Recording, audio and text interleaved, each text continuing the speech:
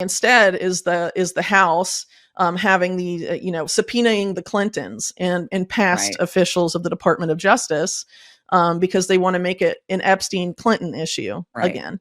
And of course, there is plenty to say about the Epstein-Clinton relationship, but again, a lot of it involves Israel gave any attention to Epstein's 17 visits to the Clinton White House Mm-hmm. in the 90s, because if they did, I think that would be very problematic again for both parties and also for Israel. Whitney Webb reveals why the Epstein files remain sealed and what's really at stake for Trump, Epstein, Maxwell, and the American power structure. She explains that the narrative is controlled to protect powerful oligarchs and transnational networks above politics. Both parties use media to focus public attention on partisan blame, while organized crime, intelligence agencies, and big tech maintain real control. Webb highlights Epstein's ties to Silicon Valley and warns that these networks use technology for surveillance and economic dominance. Before we dive in, our network of channels, The Other Side NDE, Only the Savvy, and Beyond the Veil, is opening up a rare investment opportunity. Stay until the end of this video to see the unique benefits, or click the link to learn more. Basically, it's not good for the American oligarchy, which funds and manipulates both parties. Yeah. And I think they want to keep people looking at that. And that's why there's been this renewed focus on both sides, on Democrats and Republicans, to make this a partisan issue again. Because the way the narrative management of the Epstein scandal has been for years has been, well, if you're watching a left-leaning podcast, they're going to talk about Epstein and Trump all day long. And if you watch a right-leaning podcast, they're going to talk about Epstein and Clinton all day long. Yeah. And trying to keep people in these partisan divides. But really, it's a bipartisan scandal. So anytime a release of information would disabuse people of that, it doesn't benefit them to release it. It is the House having the subpoenaing the Clintons and past Right. officials of the Department of Justice, because they want to make it an Epstein-Clinton issue Right. again.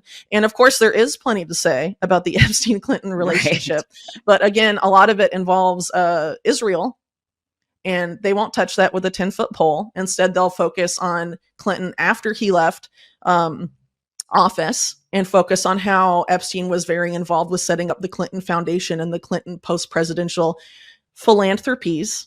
Yes. But they won't focus at all. In my opinion, I would be shocked if they gave any attention to Epstein's 17 visits to the Clinton White House Mm-hmm. in the 90s, because if they did, I think that would be very problematic again for both parties and also for Israel. They're not going to go to jail. I mean, Right, his whole campaign in 2016 was lock her up, and then he got in office and was like, yeah. Everyone knows Bill Clinton's a perv. It's not news. But what is news is the other stuff they were meeting about. It's not about was Clinton unfaithful to his wife Hillary. I think everyone knows that he has been that for a long.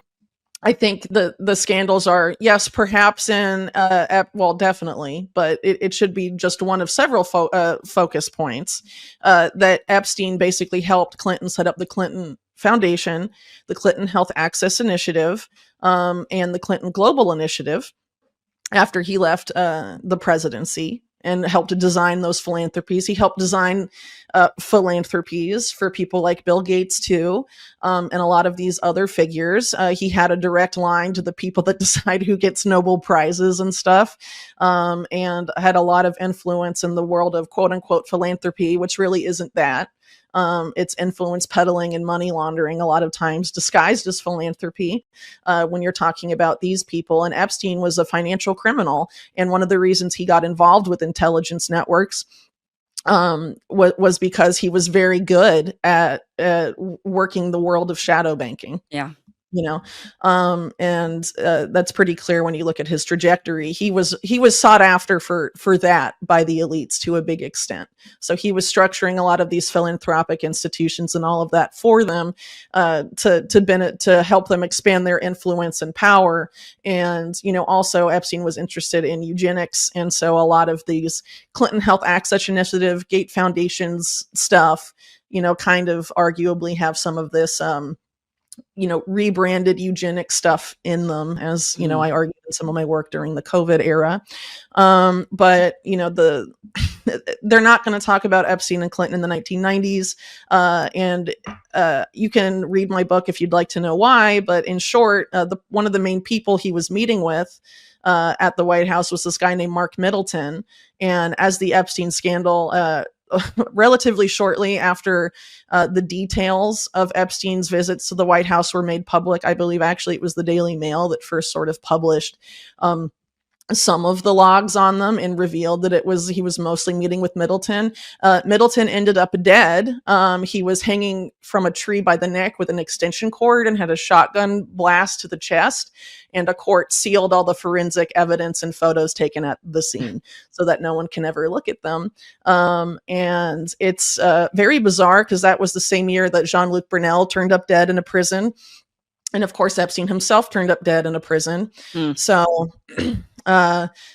why do they need to get rid of Mark Middleton? I don't think they want people asking questions about what was going on. And Mark Middleton was part of this huge scandal that was never properly investigated, that is remembered today as Chinagate. But it was really a huge scandal involving arms trafficking and technology transfer, involving the state of Israel and also our own intelligence services to undermine the U.S. military advantage by sending a bunch of U.S. Highly specialized military and technological equipment to China, and it's very scandalous. So I'll just leave it there. But at the same time, well, I should add this: at the same time he was meeting at the Epstein or at the Clinton White House, Epstein had basically, through Wexner, just taken control of the main Iran-Contra airline that was used to funnel drugs and weapons all over the Americas in the 1980s, and was previously outright owned by the CIA Southern Air Transport. They took it over and started moving it instead of from North America to South America and Central America, it started going from Columbus, Ohio, where Wexner is based, to Hong Kong. And what were they trafficking? Well, it's hard to know, but law enforcement people, like I think the Inspector General or someone prominent in Ohio at the time, called it the Mayor Lansky run, basically saying that it was working at the behest of, organized crime interests. So again, I think that's an untouchable aspect of the Epstein-Clinton relationship. It's very problematic for them to talk about. But you think they would love to talk about it because China and because Clinton, right? But they don't touch it. And it's because, again, if you want the details on what I just laid out, the details of it are in my book. You can actually read it for free on archive.org if you don't want to buy it. But it basically lays it all out. It involved the state of Israel. It involved basically the same crowd that did Iran-Contra was involved in shady stuff there. And they were undermining,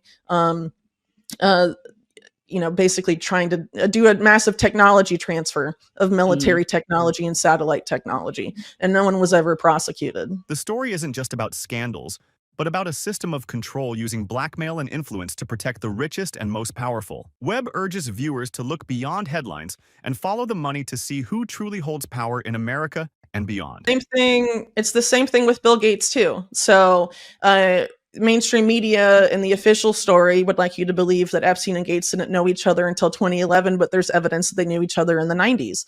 So, why would they pick 2011? Well, that's the year or around the time that Gates stopped having a major role at Microsoft. So you're absolving Microsoft of scrutiny and keeping it on Gates only after this, critical point. There's so much narrative management about the Epstein case, and because this has become very politically uncomfortable for Trump, there's unprecedented efforts at narrative management now. And I think it's pretty telling, and I sort of alluded to this earlier when we talked about those accusations. A lot of people that are being interviewed or named as, the top, Epstein researchers or commentators or whatever, are people that, prior to this recent bubble up in the scandal have never been interviewed about Epstein. So why now? And some of them are former officials in the Trump administration. Some of them are known for being extremely pro-Zionist.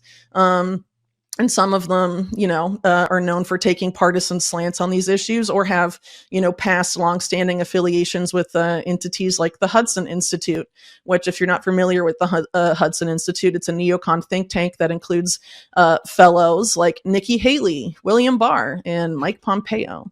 So again, I think it's important for everyone to do their own research. But please keep in mind, please believe me when I say this is a bipartisan scandal. And really, the only way to really understand what's going on here is to look a tier above all the names that are thrown out most frequently and look at the oligarchs. And that's follow the money at the end of the day. So look at the oligarchy and what they're doing. And, a lot of these people, including Epstein, were just middlemen for oligarchs. Yeah, I think that's absolutely fair, and I think with an issue that's been this complicated for the current administration, we have been seeing, I think, unprecedented efforts at managing the narrative. I don't watch Steve Bannon, so I don't really know what his angles have been, but I do know that he has some interesting affiliations in the past. So of course there was that past effort to rehabilitate Epstein, but he was also a past business partner of Brock Pierce, who was at one time Epstein's cryptocurrency guru of sorts, and had previously been involved in a pedophile scandal of his own at the Digital Entertainment Network. So Steve Bannon has not had any problems in the past associating, at least for business purposes, with known pedophiles, basically. And he's it was a longtime Goldman Sachs guy, and then became the top strategist, for Trump in 2016 as sort of this populist upstart campaign. At least that was the public face of it. Of course, when Trump was actually in office, the last time, I don't think he governed like a populist. I think it was kind of much more similar to, a Bush era administration. But maybe, the public face of it, the PR, was obviously different. And I think that's kind of true now. But I think, it's very obvious that Trump is very sycophantic to Israeli interests, to the point that he obviously goes against a lot of his populist promises in order to favor or, put the knee down towards Israel. And there's a lot of reasons this could be, of course. But one thing that's unrelated to Epstein that I think also explains a lot of Trump's behavior, one of the key figures in the Netanyahu corruption trial is this Australian billionaire named James Packer. And James Packer just cozied up to Trump, buying a lot of property from him adjacent to Mar-a-Lago. And this is exactly what Packer did to Netanyahu, and is sort of a focus of the trial.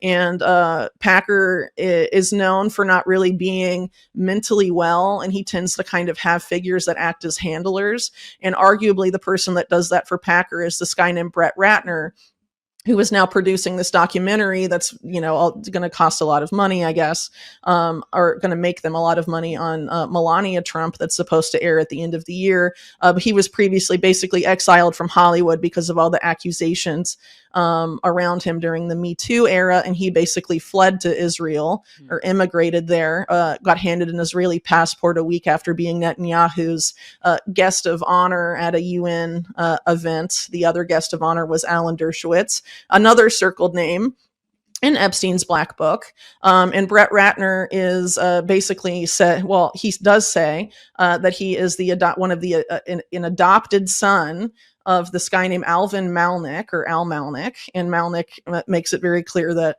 yes, Ratner is his adopted son, and they've been together for a long time. And Malnick was widely reported in the 70s and 80s to be the heir to Meyer Lansky in Miami, and that he basically came up with all these money laundering schemes in the Caribbean, and is basically, the new head of the Jewish mob after Meyer Lansky. So that's pretty telling, I would think. And it's amazing that there's been no scrutiny of that, really.